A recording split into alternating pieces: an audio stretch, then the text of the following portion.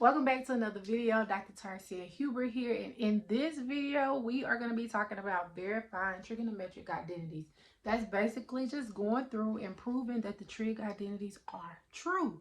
And you have to go through and do a step-by-step proof of that, okay? And so I'm going to share some tips with you, things that you want to keep in mind as you're going through and you're verifying these identities, okay? So the first thing you want to do is you want to make sure that you know all of the fundamental identities. Now, there's a previous video where I talked about fundamental identities. So if you didn't watch that, you want to make sure you go back and watch it. So you want to make sure you know those identities, the reciprocal identities, Pythagorean identities, the quotient identities, the negative angle identities are also called even odd identities. So you want to make sure you know those because you will be using those a lot, and you need to be able to look and recognize when you can use them when you're verifying these identities. All right.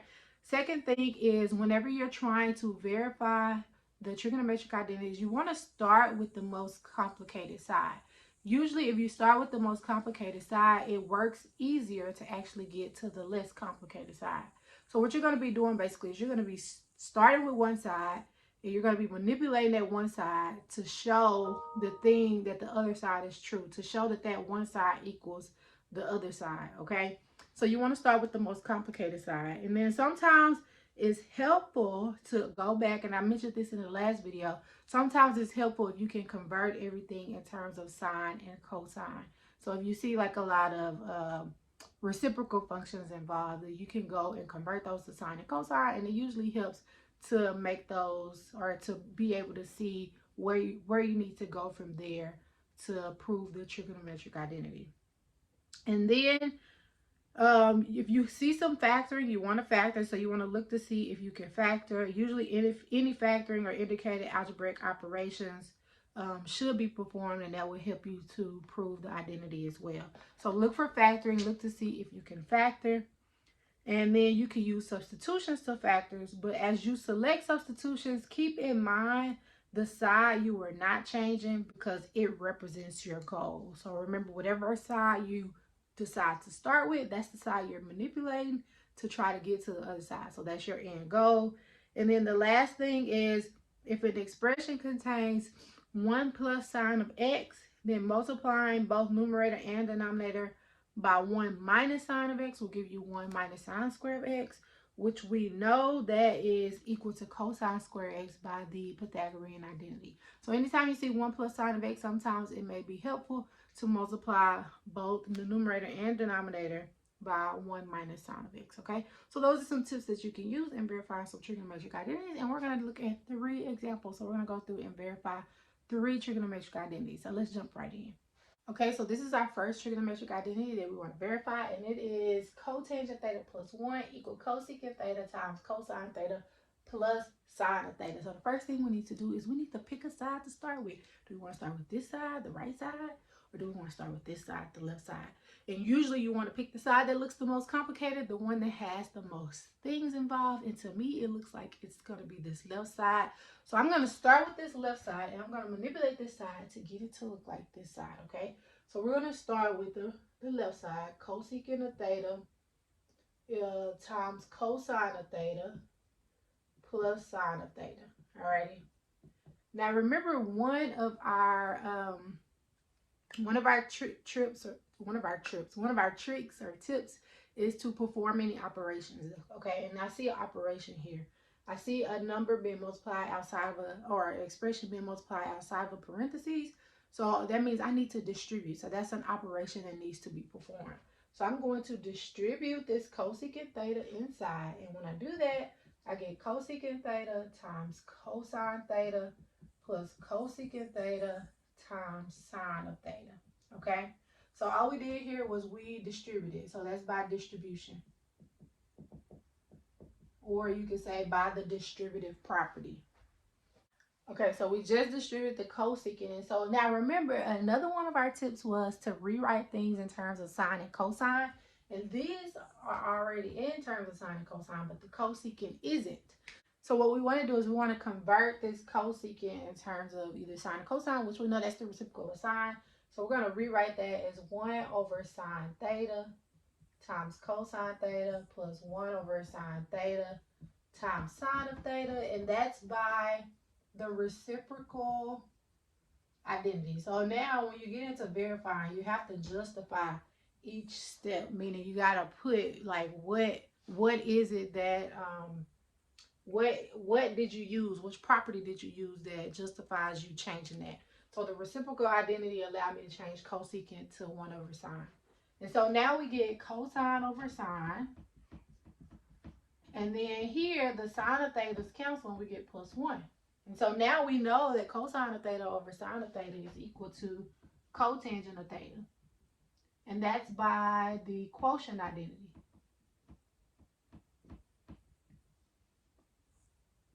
And that's exactly what we were trying to show. We were trying to show that this is equal to that.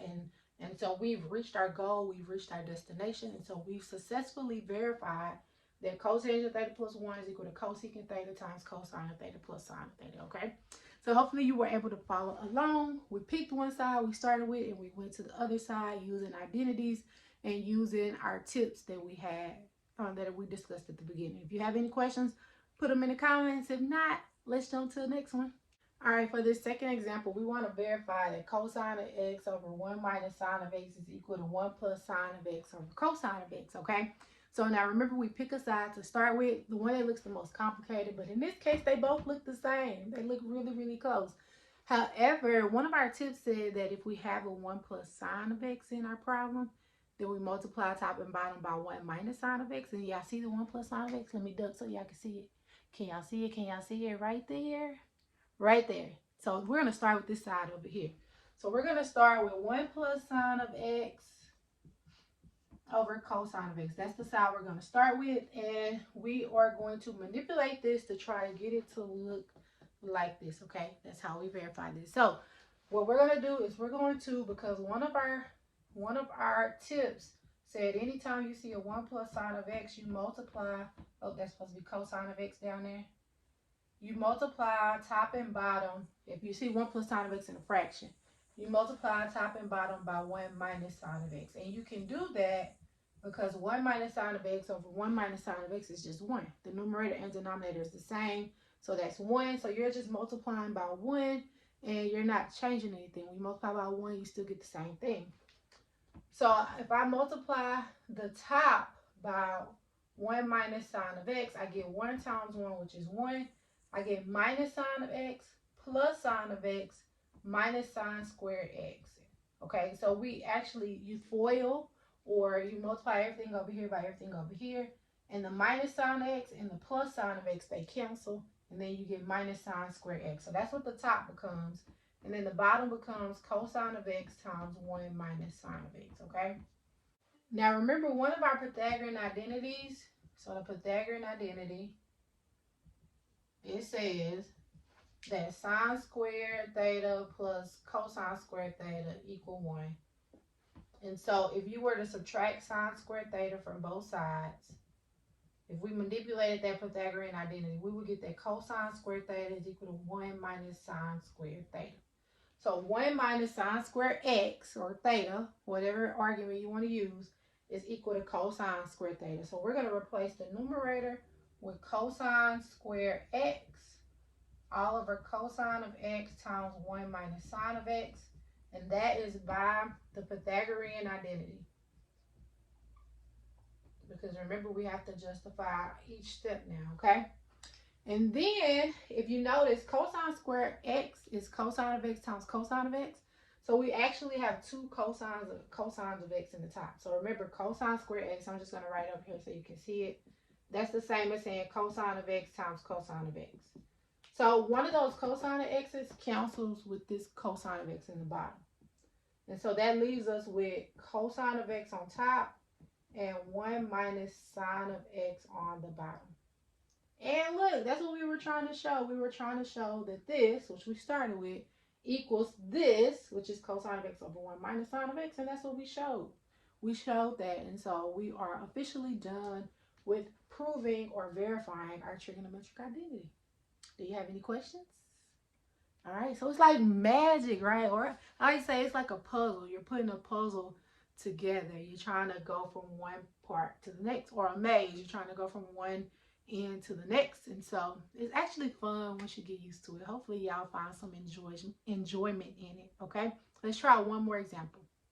Okay, for this very last example, we have this trigonometric identity that we want to verify. Secant alpha plus tangent alpha over secant alpha minus tangent alpha. We want to verify that. That equals to 1 plus 2 sine alpha plus sine squared alpha all over cosine squared alpha. Okay, now, sometimes when you have a trigonometric identity where both sides look super complex, sometimes you have to work from both sides and find a middle space where they meet. Okay, so what I mean by that is normally we pick the side that's more complicated to start with, and they both look complicated to me. They look equally complicated. And so this one, what we'll do is we'll start with this one and then we'll work with this one and we'll see if we can find a place where they meet. Okay, and you'll notice that if you start working on one and you just can't figure out how to get from A to B, then go ahead and start working with B and see if you can find a neutral meeting place. Okay,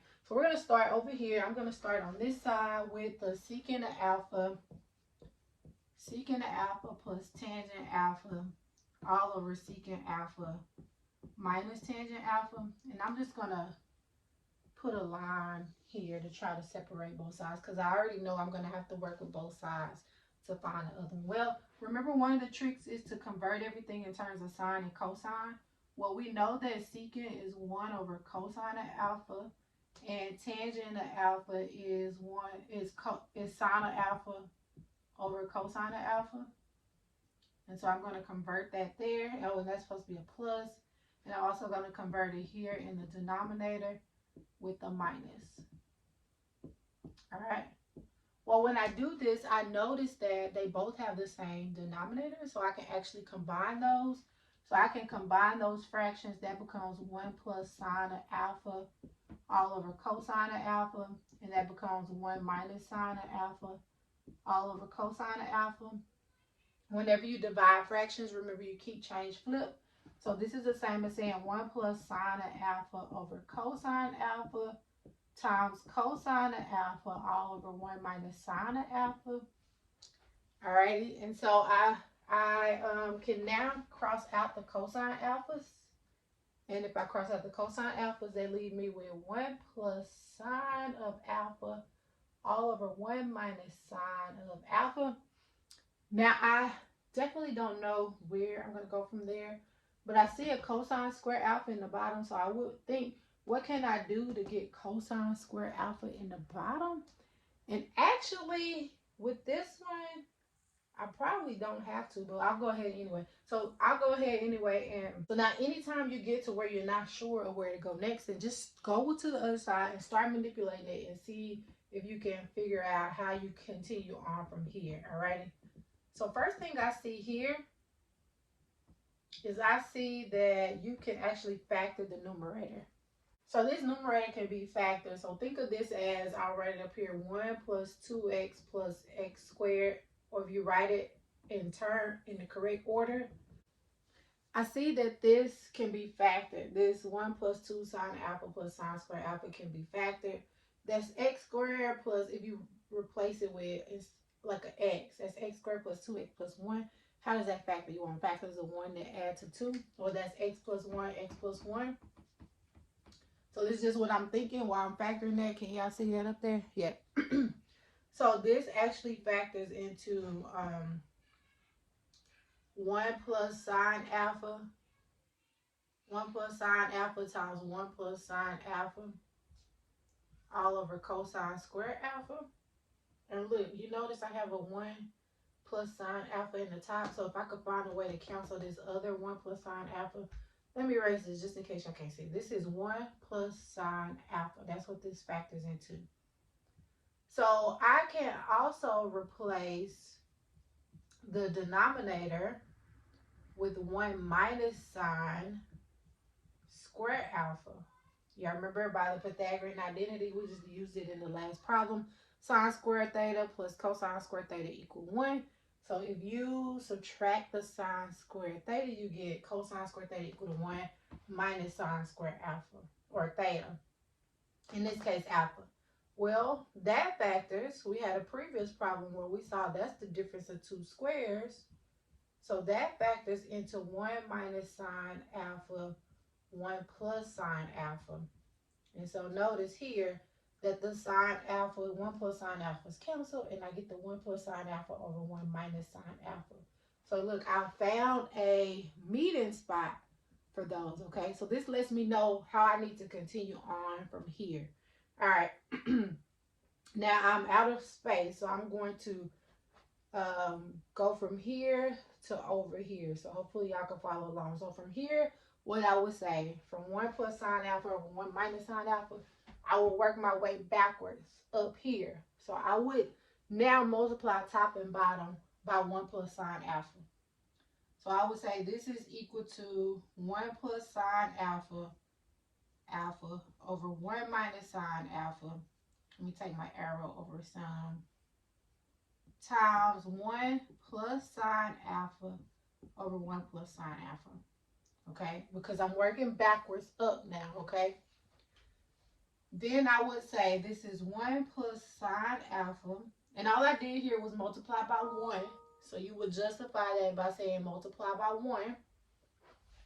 Then I would say, okay, this is 1 plus sine alpha times 1 plus sine alpha all over 1 minus sine alpha times 1 plus sine alpha.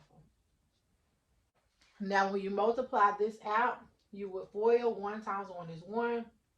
1 plus sine alpha is 1 times sine alpha is sine alpha. 1 times sine alpha is sine alpha. So that gives you 2 sine alphas. And sine alpha times sine alpha is sine alpha squared, or sine square alpha. And then in the bottom, if you FOIL it out, you get 1. You get a positive sine alpha minus sine alpha. Those cancel. And then a minus sine square alpha. And now you can replace the denominator with cosine square alpha by the Pythagorean identity. Okay, so that very last step is justified by the Pythagorean identity. I'm just going to put PI to represent Pythagorean identity. Okay, and so that's how you can work it. Once you get to a point where you can't figure out where to go, you can go to the other side, the side you're trying to prove, and manipulate it until you can get to where you stopped at. So I got to where I stopped at, which was here, the 1 plus sine alpha over 1 minus sine alpha. And then I just took all this and worked it backwards from here. Okay, hopefully that makes sense.